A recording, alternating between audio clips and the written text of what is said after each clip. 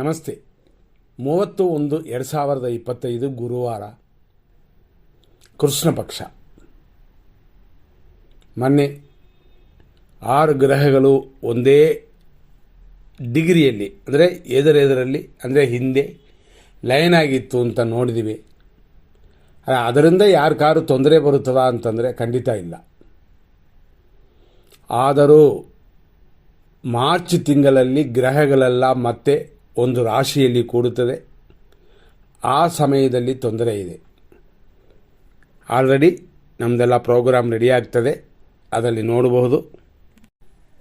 ಇವತ್ತಿನ ವಿಷಯಕ್ಕೆ ಬರೋಣ. ಕ್ರೋಧಿನಾಮ ಸಂವತ್ಸರ, ಉತ್ತರಾಯಣಿ, ಶಿಶಿರ ಋತು, ಮಾಘ ಮಾಸ,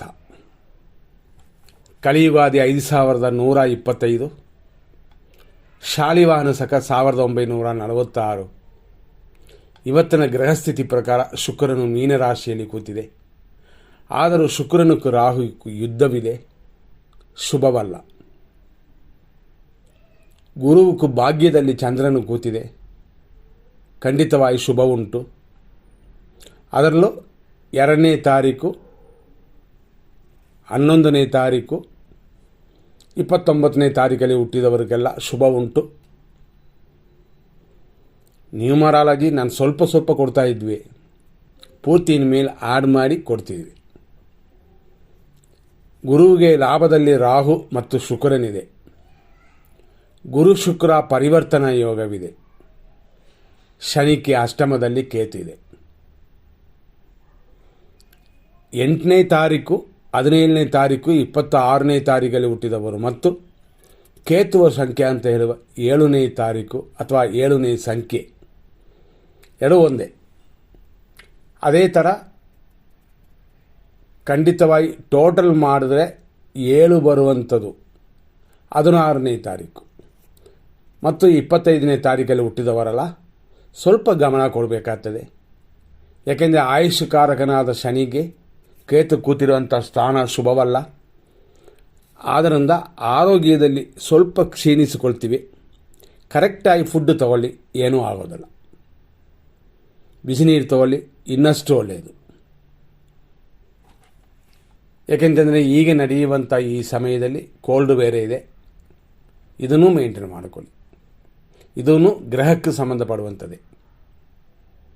ಇವತ್ತು ಪ್ರಥಮ ಇದೆ, ಸಂಜೆ 4:10:43 ಆನಂತರ 2ನೇ ತಿಥಿಯಾದ ದ್ವಿತೀಯ, ಅಲ್ಲಿಂದ ಶುಭವೂ ಸ್ಟಾರ್ಟ್ ಆಗುತ್ತದೆ.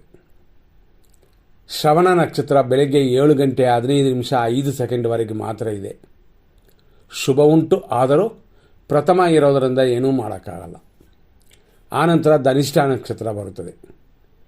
ಅದೂ ಕೂಡ ಇವತ್ತು ರಾತ್ರಿ ಅಂತಂದರೆ ಬೆಳಗಿನ ಜಾವ 5:50:32 ಧನಿಷ್ಠ ನಕ್ಷತ್ರ ಶುಭ ಉಂಟು, ಆದರೂ ಒಂದು ದಿನ ಕಲೀಲೇಬೇಕು ಕಾರ್ಯಗಳನ್ನ ಮಾಡೋಕ್ಕೆ. ಹೀಗಾಗಿ ಇವತ್ತಿನ ದಿನಕ್ಕೆ 3 ನಕ್ಷತ್ರಗಳು ಬರುತ್ತದೆ. ಈ ರೀತಿಯಾದ ಈ ದಿನದಲ್ಲಿ ಶುಭ ಕಾರ್ಯಗಳನ್ನ ಮಾಡಬಹುದಾ ಅಂತಂದರೆ ಪ್ರಥಮ ಕಲೀಲಿ. ನಾಳೆಯಿಂದ ಪ್ರತಿಯೊಂದು ದಿನವನ್ನು ಎನಿಸ್ತಾ ಹೋಗೋಣ, ಅಂದರೆ ಗಮನಿಸ್ತಾ ಹೋಗೋಣ.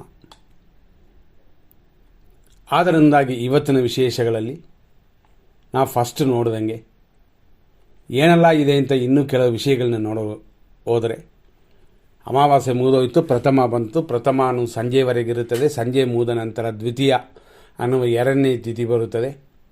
ಇವತ್ತಿನ ಸೂರ್ಯೋದಯ 6:46, ಸೂರ್ಯ ಅಸ್ತಮನ ಸಂಜೆ 6:20 ಮತ್ತು ದ್ವಿತೀಯ ಅನ್ನುವ ತಿಥಿ 4:10 ಅಲ್ಲಿಂದ ಪ್ರಾರಂಭವಾಗುತ್ತದೆ. ಈ ರೀತಿಯಾದ ಇವತ್ತಿನ ದಿನದಲ್ಲಿ ಕುಂಭರಾಶಿ ಇದೆ. ಅದು ಅಲ್ಲದೆ ಸಂಜೆ 6:35 ಮಕರ, ಆಮೇಲೆ ಕುಂಭರಾಶಿ. ಬೆಳಗ್ಗೆ 6:46-7:15 ಶ್ರವಣ ನಕ್ಷತ್ರ, ಮಕರ ರಾಶಿ 4ನೇ ಪಾದ. ಆನಂತರ ಮಧ್ಯಾಹ್ನ 12:55 ಧನಿಷ್ಠ ನಕ್ಷತ್ರ 1ನೇ ಪಾದ, ಮಕರ ರಾಶಿ. ಅಲ್ಲಿಂದ ಸಂಜೆ 6:35 ಧನಿಷ್ಠ ನಕ್ಷತ್ರ 2ನೇ ಪಾದ, ಮಕರ ರಾಶಿ. ಇಷ್ಟಕ್ಕೆ ಮಕರ ರಾಶಿ ಮುಗೀತದೆ. ಧನಿಷ್ಠ ನಕ್ಷತ್ರದ 2ನೇ ಪಾದ ಮುಗಿತದೆ. ಸಂಜೆ 6:35 ಮೇಲೆ ರಾತ್ರಿ 12:13ವರೆಗೂ ಧನಿಷ್ಠ ನಕ್ಷತ್ರ 3ನೇ ಪಾದ ಕುಂಭರಾಶಿ. ಆನಂತರ ಬೆಳಗಿನ ಜಾವ 5:50ವರೆಗೂ ಧನಿಷ್ಠ ನಕ್ಷತ್ರ 4ನೇ ಪಾದ. ಇಲ್ಲಿಂದ ಶತಭಿಷ ನಕ್ಷತ್ರ ಪ್ರಾರಂಭವಾಗುತ್ತದೆ. ಹಾಗಾಗಿ ಸ್ವಲ್ಪ ಇರುತ್ತದೆ ಇವತ್ತು. ಈ ರೀತಿಯಾದ ಇವತ್ತಿನ ದಿನದಲ್ಲಿ 100% ಕೆಟ್ಟೋದು ಒಳ್ಳೆಯದನ್ನೆಲ್ಲ ನೋಡ್ಬಿಡೋಣ. 100% ಕೆಟ್ಟೋದು ಒಳ್ಳೆಯದು ಅಂತ ನೋಡಿದಾಗ ದಿನ ಚೆನ್ನಾಗಿರಬೇಕು. ಹಾಗಿದ್ದಾಗ 100% ಕೆಟ್ಟೋದು ಇದ್ದರೂ ನಾವು ಕೊಟ್ಟಿರುವಂಥ ಒಳ್ಳೆ ಟೈಮಲ್ಲಿ 100% ಒಳ್ಳೆ ಟೈಮಲ್ಲಿ ಮಾಡುವ ಕಾರ್ಯಗಳನ್ನ 100% ಕೆಟ್ಟೋದು ಟೈಮಲ್ಲಿ ನಿಲ್ಲಿಸಬೇಕಾಗಿಲ್ಲ. ಅಂದರೆ ಜನರಲ್ ಆಗಿ ದಿನ ಚೆನ್ನಾಗಿರಬೇಕು.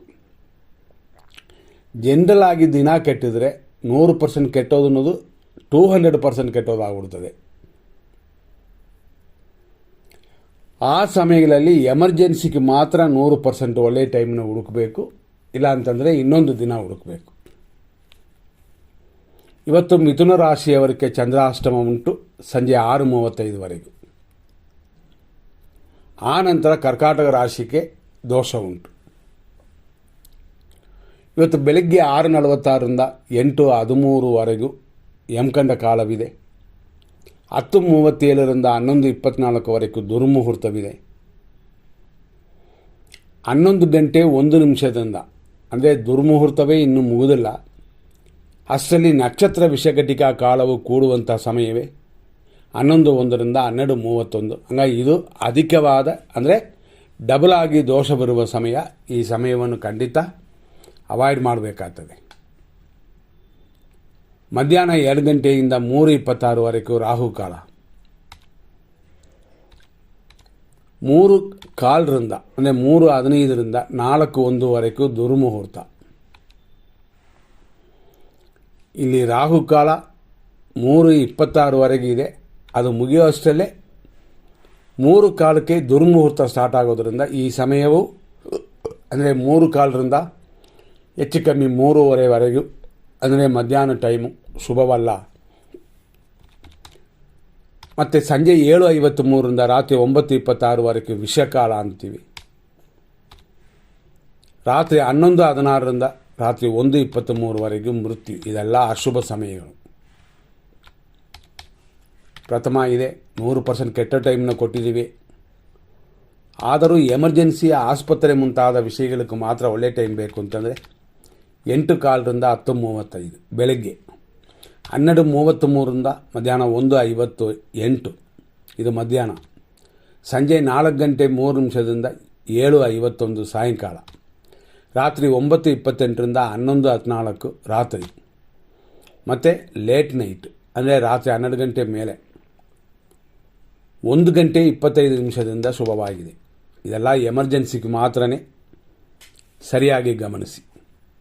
ಇಷ್ಟೆಲ್ಲ ವಿಷಯಗಳು ನೋಡಿದ್ವಿ. ಇವತ್ತು ತಾರಾ ಮತ್ತು ಚಂದ್ರಬಲವನ್ನು ನೋಡೋಣ. ಯಾಕೆಂತಂದರೆ 3 ನಕ್ಷತ್ರಗಳು ಕೂಡಿ ಬರುವಂಥ ದಿನವಿದು. ಇದರಲ್ಲಿ ಅಶ್ವಿನಿ ನಕ್ಷತ್ರ ಮೇಷರಾಶಿಗೆ ಹೆಂಗಿದೆ ಅಂತ ಫಸ್ಟ್ ನಾವು ನೋಡ್ತೀವಿ. 7:15ವರೆಗೂ ಕ್ಷೇಮ, ಕೆಲಸ ಕಾರ್ಯಗಳ ಅಭಿವೃದ್ಧಿ. ಆಮೇಲೆ ಹೇಳ್ಕೊಳ್ಳುವಂತೆ ಇಲ್ಲ. ಅಶ್ವಿನಿ ನಕ್ಷತ್ರದವರಿಗೆ ಹೆಚ್ಚಿನ ಗಮನ ಕೊಡಬೇಕು. ಭರಣಿ ನಕ್ಷತ್ರ ಮೇಷರಾಶಿಯವರಿಗೆ 7:15 ಮೇಲೇ ಅನುಕೂಲವಾಗಿದೆ. ಆದ್ದರಿಂದ ನಿಮ್ಮ ಸಮಯವನ್ನು ಸರಿಯಾಗಿ ಗಮನಿಸಿ. ಕೃತಿಕಾ ನಕ್ಷತ್ರ 1ನೇ ಪಾದ ಮೇಷರಾಶಿ 7:15ವರೆಗೂ ಸಂಪತ್ತು ಉಂಟು, ಕೆಲಸ ಕಾರ್ಯಗಳಲ್ಲಿ ಅಭಿವೃದ್ಧಿ ಇರುತ್ತದೆ. ಆದರೆ ಆ ನಂತರ ಖಂಡಿತವಾಗಿಯೂ ಗಾಡಿಗಳಲ್ಲಿ ಅಥವಾ ಮೆಟ್ಲತ್ತೋದು, ಸೀನಿಯರ್ ಸಿಟಿಸನ್ ವಾಕಿಂಗ್ ಹೋಗೋದೆಲ್ಲ ಸ್ವಲ್ಪ ಎಚ್ಚರವಾಗೇ ಮಾಡಬೇಕಾಗ್ತದೆ. ಕೃತಿಕಾ ನಕ್ಷತ್ರ ವೃಷಭ ರಾಶಿ 7:15ವರೆಗೂ ಶುಭವಾಗಿದೆ. ಆ ನಂತರ ಖಂಡಿತವಾಗಿ ಯೋಚನೆ ಮಾಡಲೇಬೇಕಾಗ್ತದೆ. ರೋಹಿಣಿ ನಕ್ಷತ್ರ ವೃಷಭ ರಾಶಿ 7:15 ನಂತರ ಶುಭಕರವಾಗಿದೆ ಕೆಲವು ಕಾರ್ಯಗಳನ್ನ ಮಾಡೋಕ್ಕೆ. ಅರೆ ಇವತ್ತು ಮಾಡಿ ಅಂತ ಹೇಳ್ತಾ ಇಲ್ಲ, ಯಾಕೆಂತಂದರೆ ಪ್ರಥಮ ಇದೆ ಅಂದರೆ ಪಾಡ್ಯಮಿ ಇದೆ, ಶುಭವಲ್ಲ. ಎಮರ್ಜೆನ್ಸಿಗೆ ಮಾತ್ರ ಮಾಡ್ಬೋದು. ಪದೇ ಪದೇ ಇದನ್ನು ಹೇಳ್ತೀವಿ. ಮೃಗಶೀರ್ಷ ನಕ್ಷತ್ರ ವೃಷಭ ರಾಶಿ 7:15ವರೆಗೂ ಶುಭಕರವಾಗಿದೆ. ಮೃಗಶೀರ್ಷ ನಕ್ಷತ್ರ ಮಿಥುನ ರಾಶಿ ನಿಮಗೂ ಕೂಡ 7:15ವರೆಗೂ ಶುಭವಾಗಿದೆ. ಆರುದ್ರ ನಕ್ಷತ್ರ ಮಿಥುನ ರಾಶಿ ಇವತ್ತು ದಿನಾಪೂರ್ತಿ ಶುಭವಾಗಿದೆ. ಶುಭವಾಗಿದೆ ಅಂದರೆ ಎಲ್ಲ ಮುಹೂರ್ತ ಕಾರ್ಯಗಳನ್ನು ಮಾಡಬಹುದಾ ಅಂತ ಅರ್ಥವಲ್ಲ. ಇದರ ವಿಷಯ ಏನು ಅಂದರೆ ಖುಷಿಯಾಗಿರ್ಬೋದು, ಫ್ರೆಂಡ್ಸ್ಗಳ ಹತ್ರ ಚೆನ್ನಾಗಿರ್ಬೋದು, ಹಿರಿಯರ ಹತ್ರನೂ ಗೌರವವಾಗಿ ನಡ್ಕೋಬೋದು, ಒಳ್ಳೆಯ ಕಾರ್ಯಗಳನ್ನ ಮಾಡಿ ಆನಂದವಾಗಿ ಮಾಡುವಂಥದ್ದನ್ನು, ಬೇರೆ ಕಾರ್ಯಗಳು ಬೇಡ. ಪುನರ್ವಸು ನಕ್ಷತ್ರ ಮಿಥುನ ರಾಶಿ 7 ಕಾಲ್ ಮೇಲೆ ಶುಭಕರವಾಗಿದೆ. ಪುನರ್ವಸು ನಕ್ಷತ್ರ ಕರ್ಕಾಟಕ ರಾಶಿ 4ನೇ ಪಾದ 7 ಕಾಲಿನ ನಂತರ ಮಿತ್ರಧಾರೆಯು ಆರೋಗ್ಯವು ಅಭಿವೃದ್ಧಿ ಉಂಟು. ಪುಷ್ಯ ನಕ್ಷತ್ರ ಕರ್ಕಾಟಕ ರಾಶಿ 7 ಕಾಲ್ವರೆಗೂ ಅನುಕೂಲವು ಸುಖ ಅಭಿವೃದ್ಧಿಯು ಉಂಟು. ಆಶ್ಲೇಷ ನಕ್ಷತ್ರ ಕರ್ಕಾಟಕ ರಾಶಿ 7 ಕಾಲಿನ ನಂತರ ಅನುಕೂಲವಿದೆ, ಸುಖವಿದೆ, ಅಭಿವೃದ್ಧಿ ಉಂಟು.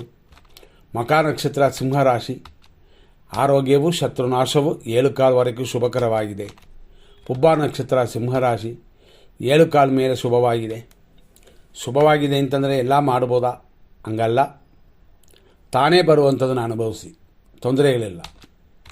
ಉತ್ತರ ನಕ್ಷತ್ರ ಸಿಂಹರಾಶಿ 7 ಕಾಲ್ವರೆಗೂ ಅಂದರೆ ಬೆಳಗ್ಗೆ 6:46 ಸಂಪತ್ತು ಉಂಟು, ಶತ್ರುನಾಶವಿದೆ. ಕೆಲವು ಕಾರ್ಯಗಳನ್ನ ಚಿಕ್ಕ ಕಾರ್ಯಗಳನ್ನ ಪ್ರಾರಂಭ ಮಾಡ್ಬೋದು. ಉತ್ತರ ನಕ್ಷತ್ರ ಕನ್ಯಾ ರಾಶಿ ಸಂಪತ್ತು ಉಂಟು, ಖಂಡಿತ ಅನುಕೂಲವಿದೆ 7 ಕಾಲ್ವರೆಗೂ.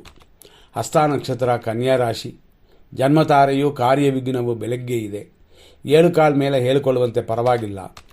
ಚಿತಾ ನಕ್ಷತ್ರ ಕನ್ಯಾ ರಾಶಿ 7 ಕಾಲ್ವರೆಗೂ ಮಿತ್ರತ್ವ ಉಂಟು, ಕಾಲ ಪ್ರಮಾಣ ಕಾಲಪುರುಷನ ಅನುಕೂಲ ಉಂಟು. ಚಿತ್ತಾ ನಕ್ಷತ್ರ ತುಲಾರಾಶಿ 7 ಕಾಲ್ವರೆಗೂ ಶುಭವಾಗಿದೆ. ಸ್ವಾತಿ ನಕ್ಷತ್ರ ತುಲಾರಾಶಿ ಇವತ್ತು ದಿನ ಪೂರ್ತಿ ಚೆನ್ನಾಗಿದೆ. ಒಳ್ಳೆ ಕಾರ್ಯಗಳನ್ನ ಮಾಡ್ಕೊಳ್ಳಿ, ಮಕ್ಕಳು ಮನೆಯವರ ಜೊತೆ ಚೆನ್ನಾಗಿರಿ, ಹಿರಿಯರ ಆಶೀರ್ವಾದವನ್ನು ಪಡ್ಕೊಳ್ಳಿ.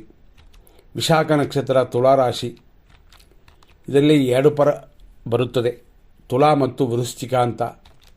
ವಿಶಾಖ ನಕ್ಷತ್ರ ತುಲಾರಾಶಿಗೆ ಖಂಡಿತವಾಗಿ ಮಿತ್ರಧಾರೆ, ಆದರೆ ಸ್ವಲ್ಪ ಆರೋಗ್ಯದ ಕಡೆ ಗಮನ. ಅದೇ ವಿಶಾಖ ನಕ್ಷತ್ರ ವೃಶ್ಚಿಕ ರಾಶಿ ಅಂತಂದರೆ 7 ಕಾಲ್ ಮೇಲೆ ಖಂಡಿತವಾಗಿಯೂ ಅನುಕೂಲವಿದೆ. ಅನುರಾಧ ನಕ್ಷತ್ರ ವೃಶ್ಚಿಕ ರಾಶಿ 7 ಕಾಲ್ವರೆಗೂ ಶುಭವಾಗಿದೆ. ಆನಂತರ ಸಹಜ ಜೀವನ ಸ್ವಲ್ಪ ಎಚ್ಚರದಿಂದ ನಡ್ಕೊಳ್ಳುವಂಥದ್ದೆಲ್ಲ ಮಾಡ್ಕೋಬೇಕು. ಜ್ಯೇಷ್ಠ ನಕ್ಷತ್ರ ವೃಶ್ಚಿಕ ರಾಶಿ 7 ಕಾಲ್ ಮೇಲೆ ಶುಭಕರವಾಗಿದೆ. ಮೂಲ ನಕ್ಷತ್ರ ಧನುಸು ರಾಶಿ ಆರೋಗ್ಯ ಉಂಟು, ಆದರೂ ಹೆಚ್ಚಿನ ಖರ್ಚುಗಳು ಧನಹಾನಿಯೆಲ್ಲ ಉಂಟಾಗುತ್ತದೆ. ಅರೆ ಇದೆಲ್ಲ ಬರೀ 7 ಕಾಲ್ವರೆಗೂ ಮಾತ್ರನೇ, ಅಂದರೆ ಧನಹಾನಿ. ನಂತರ ನೋಡುವಂಥದ್ದು ಪೂರ್ವಾಷಾಢ ನಕ್ಷತ್ರ ಧನುಸು ರಾಶಿ 7 ಕಾಲ್ ಮೇಲೆ ಪರವಾಗಿಲ್ಲ, ಆದರೂ ಹಣಕಾಸಿನ ವ್ಯವಹಾರ ಮಾಡುವವರಿಗೆ ಎಚ್ಚರ.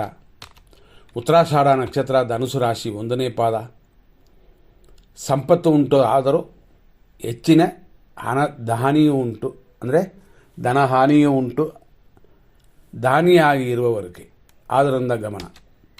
ಉತ್ತರಾಷಾಢ ನಕ್ಷತ್ರ ಮಕರ ರಾಶಿ ಸಂಪತ್ತಿದೆ, ಶರೀರ ಸುಖವಿದೆ. ಶ್ರವಣ ನಕ್ಷತ್ರ ಮಕರ ರಾಶಿ 7 ಕಾಲ್ ಮೇಲೆ ಶುಭಕರವಾಗಿದೆ. ಧನಿಷ್ಠ ನಕ್ಷತ್ರ ಮಕರ ರಾಶಿ ಪರಮ ಮಿತ್ರಧಾರೆ, ಶರೀರ ಸುಖವೆಲ್ಲ ಕೂಡಿ ಬರುತ್ತದೆ 7 ಕಾಲ್ವರೆಗೂ. ಧನಿಷ್ಠ ನಕ್ಷತ್ರ ಕುಂಭರಾಶಿ ಖಂಡಿತವಾಗಿ 7 ಕಾಲ್ವರೆಗೂ ಮಿತ್ರತ್ವ ಬೆಳೆಯುತ್ತದೆ. ನಂತರ ನೋಡುವಂಥದ್ದು ಶತಭಿಷ ನಕ್ಷತ್ರ ಕುಂಭರಾಶಿ ಮಿತ್ರಧಾರೆ, ವ್ಯಯಗಳೆಲ್ಲ ಸ್ವಲ್ಪ ಉಂಟು, ಆದರೆ ಇವತ್ತಿನ ದಿನ ಸ್ವಲ್ಪ ಪರವಾಗಿಲ್ಲ. ಪೂರ್ವ ಭಾದ್ರಪದ ನಕ್ಷತ್ರ ಕುಂಭರಾಶಿ 7 ಕಾಲ್ ಮೇಲೆ ಶುಭಕರವಾಗಿದೆ, ಆದರೂ ಸ್ವಲ್ಪ ಖರ್ಚುಗಳು ಎಕ್ಸ್ಟ್ರಾ ಇರುತ್ತದೆ. ಪೂರ್ವ ಭಾದ್ರಪದ ನಕ್ಷತ್ರ ಮೀನರಾಶಿ 7 ಕಾಲಿನ ನಂತರ ಮಿತ್ರಧಾರೆ ಇಷ್ಟಾರ್ಥ ಸಿದ್ಧಿಯೆಲ್ಲ ಕೂಡಿ ಬರುವಂಥ ದಿನವಿದು. ಉತ್ತರ ಭಾದ್ರಪದ ನಕ್ಷತ್ರ ಮೀನರಾಶಿ ಅನುಕೂಲ, ಇಷ್ಟಾರ್ಥ ಸಿದ್ಧಿಯೆಲ್ಲ 7 ಕಾಲ್ವರೆಗಿದೆ. ರೇವತಿ ನಕ್ಷತ್ರ ಮೀನರಾಶಿ 7 ಕಾಲಿನ ನಂತರ ಅನುಕೂಲ, ಇಷ್ಟಾರ್ಥ ಸಿದ್ಧಿಯೆಲ್ಲ ಕೂಡಿ ಬಂದಿರುವ ದಿನವಿದು. ಹಂಗಾಗಿ ಸ್ವಲ್ಪ ಗಮನ ಕೊಟ್ಕೊಳ್ಳಿ. ಯಾಕೆಂತಂದರೆ ಒಳ್ಳೆಯದಾದರೂ ಎಲ್ಲ ಕಾರ್ಯಗಳು ಮಾಡೋಕ್ಕಾಗಲ್ಲ, ಹಿರಿಯರ ಆಶೀರ್ವಾದ ಪಡ್ಕೊಳ್ಳಿ. ಮುಂದಿನ ಸಂಚಿಕೆಯಲ್ಲಿ ನೋಡೋಣ. ಧನ್ಯವಾದಗಳು.